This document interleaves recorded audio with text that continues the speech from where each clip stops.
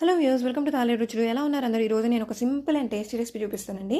Capsicum కారం. దీన్ని శనగపిండితో చేసుకుంటాము. పెద్దగా శ్రమ పడిన అవసరం లేదన్నమాట.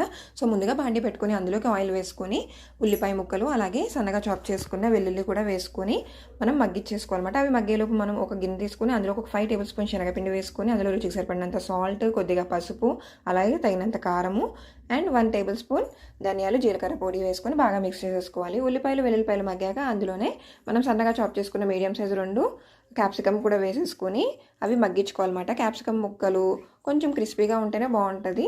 సో ఒక 3 మినిట్స్ మగ్గించుకొని అందులోకి ఈ కలుపుకొని పెట్టుకున్న మిశ్రమాన్ని పౌడర్ని వేసేసుకొని మనం సిమ్లో పెట్టుకొని వేయించుకోవాలన్నమాట. సో డ్రైగా ఉన్నప్పుడు కొంచెం ఆయిల్ వేసుకుంటూ మిక్స్ చేసుకుంటండి.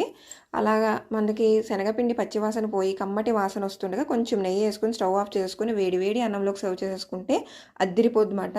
ప్లీజ్ సబ్స్క్రైబ్ చేసి ఎంకరేజ్ చేసేయండి.